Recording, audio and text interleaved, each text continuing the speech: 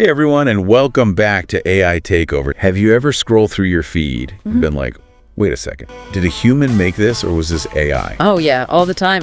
The lines are getting seriously blurry these days. It's insane how fast it's all happening. Like just the other day I saw this video and I actually thought it was real footage. But then I read the comments and people were like, no, this is AI generated. Yeah. It kind of freaked me out a little bit. I know what you mean.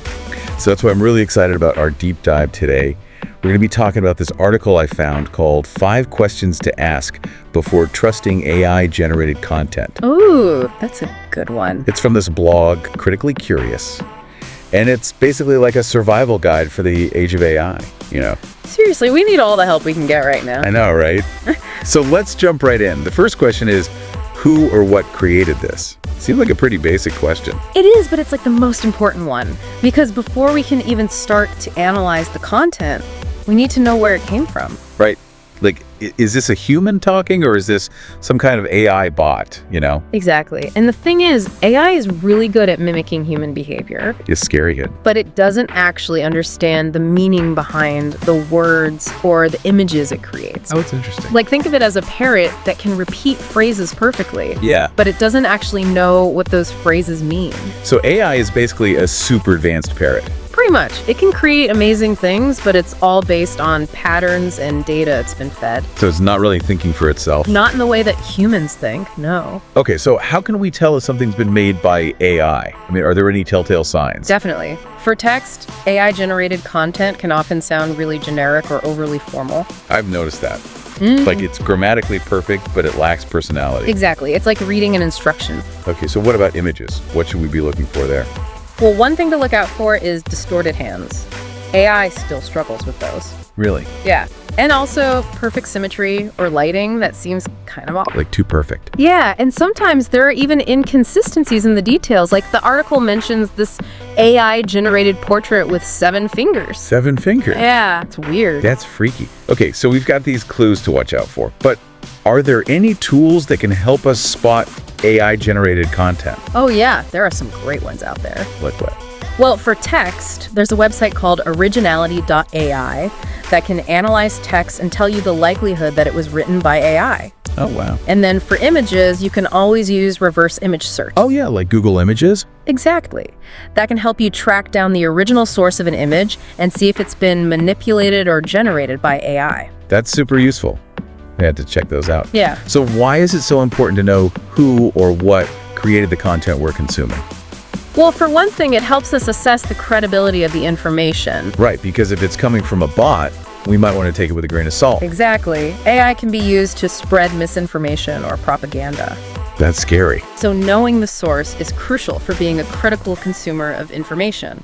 And it also helps us understand the intent behind the content, right? Absolutely. The person or organization using the AI has their own agenda, and that can influence how the content is created and presented. So we need to be aware of those potential biases. Exactly. We can't just blindly trust anything we see online. That's a good point. All right, so we've talked about the importance of identifying the source. But what about the content itself? Like, how can we tell if something looks or sounds a little too perfect? That's a great question. And it leads us perfectly to question number 2. Does it look too perfect? Because sometimes, you see something and it's like too good to be true. Yeah. Almost like it's been generated by some algorithm, Totally. Like when you see those Instagram models with like perfectly smooth skin and not a single pore. Yeah, exactly. Or those landscapes that are just too vibrant, like they've been photoshopped to death. It's like they lack that human touch, that little bit of imperfection that makes things feel real.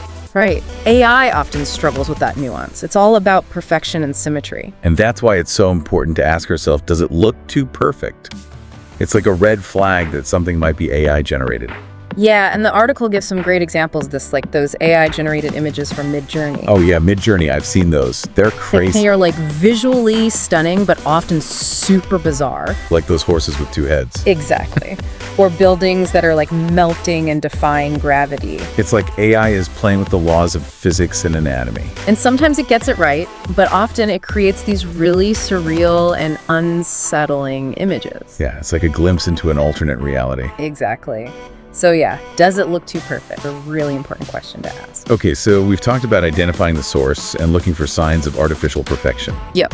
But what about the deeper meaning behind the content? Like, why was it created in the first place? No, that's a big one. And it brings us to question number 3. What's the purpose behind it?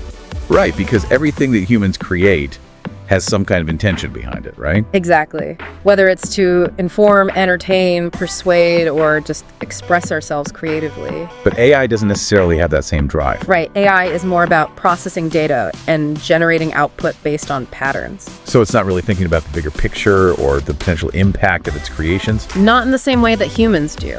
And that's why it's so important to be aware of the potential misuse of AI-generated content. Like, what are some of the dangers we should be looking out for? Well, the article mentions misinformation and manipulation as 2 major concerns. Like fake news articles and deepfake videos. Exactly. AI can be used to create very convincing forgeries. Yeah, that's scary. Yeah, And with social media, it's so easy for that stuff to spread like wildfire. it is. So it's more important than ever to be critical of the And to think about who's creating it and why. Right. What's their agenda? What are they trying to achieve with this content? So we need to be like detectives, always looking for clue. And speaking of clues, let's move on to question number 4. Is there evidence or context to back it up? Because even if something looks and sounds convincing, it doesn't mean it's true, right? Absolutely. AI can be used to fabricate information that seems very real. Like those fake academic papers that ChatGPT generated. Oh, yeah, that was a wild story. I know.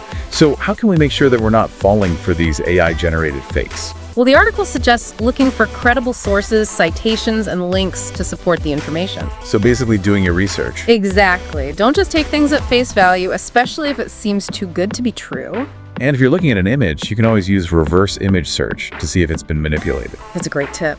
And there are also some great fact-checking websites out there like Snopes and PolitiFact. Those are lifesavers. I use them all the time. Me too. They're essential for navigating the world of online information these days. Okay, so we've talked about sources, intent, and evidence. Right. But there's one more big piece of the puzzle that we need to address: AI bias. Oh yeah, that's a huge one. And it's the focus of question number 5. What biases might be hidden here? Because AI, it learns from the data it's been fed. Right. And that data can reflect all sorts of biases and prejudices that exist in society. Oh yeah, totally. Like AI doesn't magically become objective just because it's a machine. Exactly. Yeah. So how can we spot these hidden biases in AI-generated content? Well, the article suggests asking ourselves a couple of key questions. Like it. First, who does this content represent? Ooh, that's a good one. Yeah. Like, is it showing a diverse range of perspectives, or is it just reinforcing existing stereotypes? Exactly. And then the second question is, what's missing from this content? I like that. Because sometimes the absence of something can be just as telling as the presence of something else. Right. Like if all the AI-generated images of doctors are male and all the images of nurses are female, that's a pretty clear sign of gender bias. Yeah, that's a good example. So basically, we need to be aware of the limitations of AI and not just accept everything it produces as neutral or objective. Exactly. It's all about being a critical consumer of information. All right, so let's do a quick recap of the 5 questions we've discussed today. Sounds good. Number 1, who or what created this? Knowing the source is crucial. Number 2, does it look too perfect? AI often struggles with imperfection. Number 3, what's the purpose behind it? Think about the motivations and potential biases of the creator. Number 4, is there evidence or context to back it up? Don't believe everything you see online, do your research.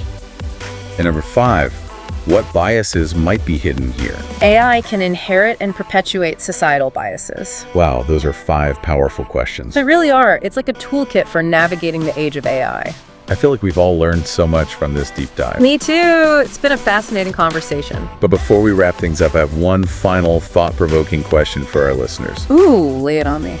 If AI can create content that's indistinguishable from human-made content, what does that mean for the future of creativity? That's a big one. Right? Like, will human creativity become even more valuable, or will it become obsolete? It's hard to say for sure, but it's definitely something to think about. Maybe this is an opportunity for us to redefine what it means to be creative, Yeah, to focus on those aspects of creativity that are uniquely human, like emotion and... I love that idea. Right, well, that's all the time we have for today. Wow, that flew by. I know, right? But this is a conversation that we could probably continue for hours. Totally. So, to our listeners, thank you for joining us on this deep dive into the world of AI-generated content. It's been a pleasure. We hope you found it informative and thought-provoking. And remember, stay curious, stay critical, and always question the information you encounter online. Wise words. Until next time, keep exploring, keep learning, and keep those AI detective skills sharp.